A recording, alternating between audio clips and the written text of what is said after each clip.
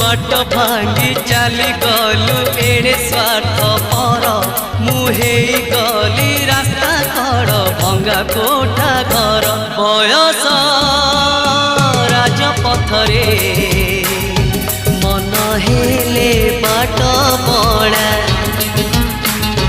घटी थाए थरे थरे मिठा मिठा दुर्घटना।